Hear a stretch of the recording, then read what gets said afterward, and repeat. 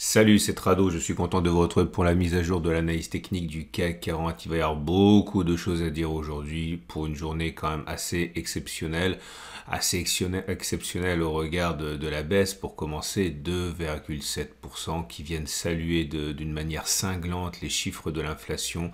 Imaginez-vous aux États-Unis 8,6% d'inflation sur 12 mois glissants, inédit depuis 40 ans et les investisseurs ne pouvaient pas non plus se voiler la face, ce n'est pas bon.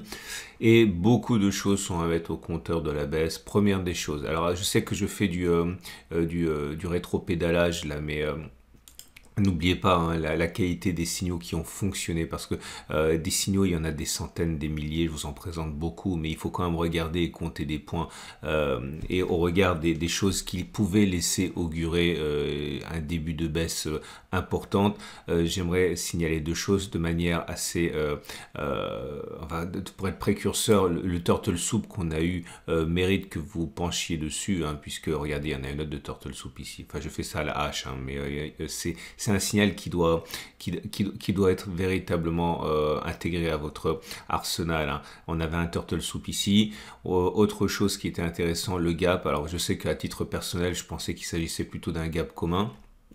Il s'avère que c'était un gap de rupture, hein. Bon, ça on peut pas le savoir à l'avance, mais voilà, c'est des signes avant-coureurs qui doivent être repérés. Mais j'ai envie de dire, regardez surtout la violence du signal que j'avais exposé sur le MACD avec la divergence baissière cachée. On en a beaucoup parlé. Et là, c'était l'opportunité justement d'en parler la dernière fois. Vous voyez, maintenant, elle était, on va dire, potentielle, hein, puisque là, vous voyez, je répète rapidement pour les nouveaux, on avait un plus haut qui avait été fait sur le MACD, mais on n'avait pas sur le même laps de temps un plus haut qui avait été fait sur les cours, ça s'appelle une divergence baissière cachée.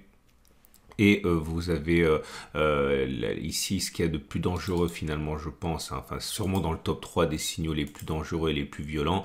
Et en ce sens, hein, la baisse d'aujourd'hui n'est pas surprenante. Alors, on a d'autres éléments, plein d'éléments. Je voudrais regarder avec vous d'abord cette oblique qui a cassé. Ok, on avait une oblique ici ascendante. Elle a été cassée. Un retour sur cette zone jaune me semble quand même hautement plausible. Cette zone jaune dont je parle, ben, en fait, c'est un support trimestriel. Ce même support trimestriel des 61,20, 60,00 qui a préservé les cours d'un effondrement, c'était sur le mois de mars, va être retesté. Il a été déjà testé, si vous regardez bien, le mois dernier ici, sans grande conséquence, puisqu'encore une fois, on a clôturé au-dessus, il avait été préservé. On verra si on a la même chance. À titre personnel, et je vous invite à regarder le webinaire qu'on avait fait avec Alexandre Baradez il y a 2 semaines pour les objectifs de baisse à présent, hein, puisque c'était un scénario qui était quand même intéressant à évoquer. Un retour sur les 52,00, 49,30 n'est absolument pas à écarter, hein. Bon, je vais vite en besogne, mais retenez quand même cette zone de support trimestriel. Il ne faut pas clôturer dessus en dessous à la fin du mois de juin. Donc ça tombe bien, c'est bientôt. Regardez également en données jour les obstacles à la baisse que l'on a ensuite. Si on arrive à perforer cette zone, on aura, on le sait, hein, jusqu'à la fin du trimestre pour préserver, mais on aura un autre support ici à 58,90, 57,55. Ce que je suis en train de dire, c'est que si on perfore ça, on pourrait rebondir sur ça et finalement préserver le support jaune en fin de trimestre. Il faut vraiment garder à l'esprit ces différentes unités de temps. Ah, j'oublie. J'ai reçu beaucoup de demandes forcément par rapport à la spéculation à la baisse parce que de deux choses l'une. J'ai déjà expliqué beaucoup ma situation, je ne vais pas revenir aujourd'hui dessus, ça va être trop long, mais si on veut spéculer à la baisse, je pense que ce qu'il y a de plus facile et de plus efficace quand on a un temps limité à passer sur les écrans, c'est la méthode par phase de Stan Weinstein, ou Weinstein, ça dépend si vous la prononcez à l'allemande ou à l'américaine, et voilà un webinaire, non pas un webinaire, un tutoriel que j'ai mis sur mon site ici. Si vous allez sur mon site, bah, vous le connaissez, Tradosaur Trading, je l'ai mis en haut. Ça s'appelle qu'est-ce que la méthode par phase de Stan, la méthode par phase de Stan Weinstein. Et vous avez un tutoriel. Si vous cliquez dessus, vous avez non seulement un tutoriel écrit, mais vous avez également une vidéo ici pour illustrer. Bref, vous n'avez pas d'excuse si vous ne connaissez pas Stan Weinstein et je vous invite vraiment à le regarder si vous voulez spéculer à la baisse. Alors l'avantage de cette méthode, encore une fois, c'est qu'elle est simple, elle permet d'avoir un horizon de temps qui est hebdomadaire, mensuel, et là ça vous permet de spéculer à la hausse et à la baisse. Donc rendez-vous sur le site si vous voulez en savoir davantage, mais on vient effectivement d'activer une confirmation au niveau de la phase 4 de Weinstein. Hein. Enfin, on était déjà en phase 4, hein, mais ça s'active et ça pourrait continuer. Également, nouveau gap qui a été inscrit aujourd'hui. Il n'est pas très intéressant parce que bon, c'est un gap de continuation baissière, mais l'objectif a été quasiment rallié déjà. Ça pointe également hein, vers le ralliement de la zone jaune. Hein. Donc ça semble également acquis.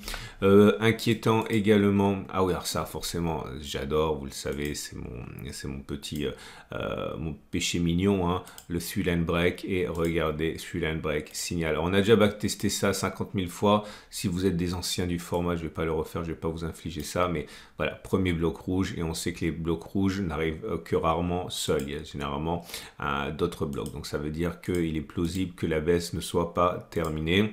Également à prendre en considération, puisque j'en parle, eh bien le chandelier Aiki-Nashi qui est baissier. Bon, c'est pas nouveau, on en avait déjà eu un à le précédent bougie ici, donc nouveau signal baissier avec un Aiki-Nashi baissier puisque c'est rouge et qu'il n'y a pas de mèche haute. On a également, eh bien, au niveau des indicateurs techniques, cette fois, hein, un double signal. Le signal qui a été donné sur le MACD avec le croisement baissier qui active, donc la divergence baissière cachée qui était potentielle. Et deuxième chose, la rune qui devient baissier puisque vous voyez le rouge passe au-dessus du bleu. C'est haussier quand le bleu passe au-dessus du rouge, c'est baissier lorsque le rouge passe au-dessus du bleu. Donc ça c'est également un autre signal. Et puis, pas des moindres, on en prend plein la tête aujourd'hui, hein, les bandes de Bollinger avec un T1, c'est-à-dire une première clôture en dessous de la Bollinger inférieure. On sait que ce sont des mouvements qui sont puissants, qui ont déjà été testés. Je vous rappelle que tout ça, vous pouvez le retrouver dans mon pack Total Trado pour un prix assez modique. Donc avec les exercices corrigés, si vous voulez en savoir davantage, maintenant je reviendrai sur ça progressivement, mais là il faut limiter quand même la longueur de la vidéo.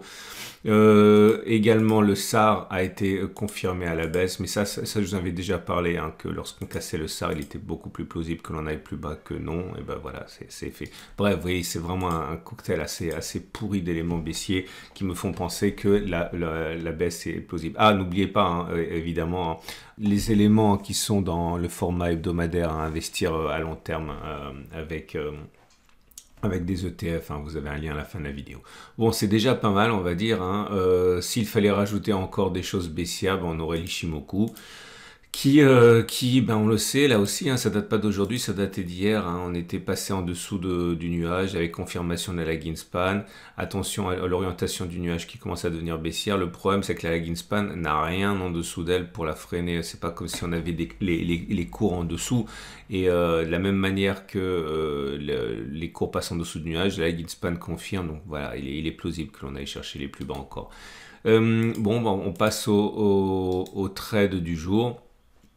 Alors évidemment, je suis un petit peu énervé parce que il n'y a pas de quoi énerver, c'est stupide ce que je dis. Je suis pas dans le train tout simplement. Hein, je traite pas à la baisse puisque moi j'espérais que l'on revienne sur la résistance hebdomadaire, voire journalière pour rentrer. J'avais expliqué ça 50 000 fois que c'était ce qu'il y avait de plus sûr avec un stop de protection au-dessus. Bon ben le marché m'a pas donné ce que je voulais. Heureusement par contre que je suis sorti de mon trade long, comme vous le savez, hein, j'étais sorti sur le SAR avec un profit. Bon voilà, maintenant est-ce que j'achète? Non, parce que je pense que ça va baisser. Je commencerai à regarder les cours une fois qu'on sera là, mais bon, j'ai le temps avant de vous en parler, on va quand même pas y aller demain matin. Cette zone m'intéresse. Si j'achète, je vous le dirai comme d'habitude, hein, par transparence, mais pour l'instant je laisse la poussière retomber. Là c'est trop violent, j'achète pas sur la zone jaune, hein. Contrairement à ce que j'ai fait la dernière fois. Voilà, c'en est terminé. Comme d'habitude, pensez à regarder la matrice de trading. La matrice de trading qui vous permet donc de bénéficier, hein, de points d'entrée plus... ah bah tiens, regardez. Hein, Ça c'est ce que j'ai publié pour vous la vidéo précédente. Vous voyez, on avait un support, on l'a cassé, ça a accéléré. Bon, c'est un point d'entrée assez intéressant avec un stop de protection au-dessus du support. Je vous rappelle, analyse technique pour vous de Weinstein disponible. Mon partenaire trading CIG, c'est le meilleur. Également l'analyse technique de l'or, l'analyse technique pour l'accumulation rationnelle. Bref, vous avez beaucoup de travail. C'est une excellente journée et je vous dis à demain pour la mise à jour.